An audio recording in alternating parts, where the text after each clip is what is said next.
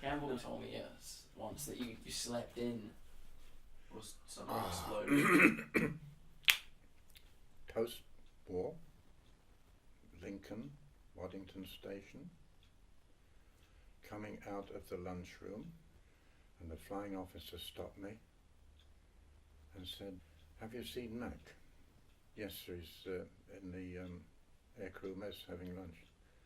"Damn," he said, "I've just got this," pointing to an aircraft, a Lincoln. "It's just come out of a 500 hours check, that is, flying." He said, "And they want me to do an air test in it now." And he said, "I need a flight engineer." He said, "Are you free?" I said, "Yes."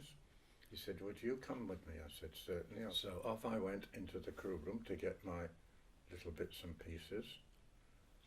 And I was just getting together to come out when Mac, I can't remember his name now, nice young fella he was too, walked in, and I said, "Oh," I said, "so-and-so's looking for you. He wants to do a post-service air test, and he's asked me to go." And Mac said, "Oh, that's all right, I can take it." So we both went back in. I put my stuff away, he got his stuff out. Off they went. The crew got into this Lincoln, which has just come off a big 500 service. And they took off in Waddington.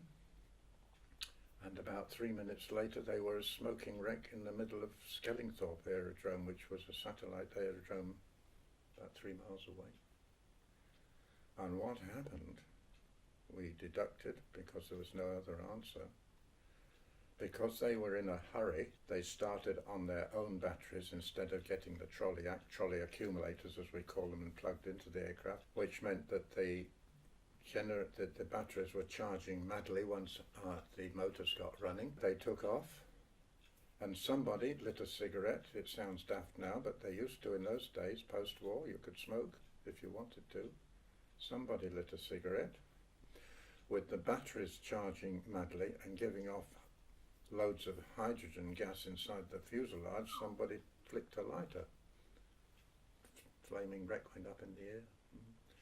So thank God I didn't get the job, or I wouldn't be here telling you about it. It was just like that. Yeah.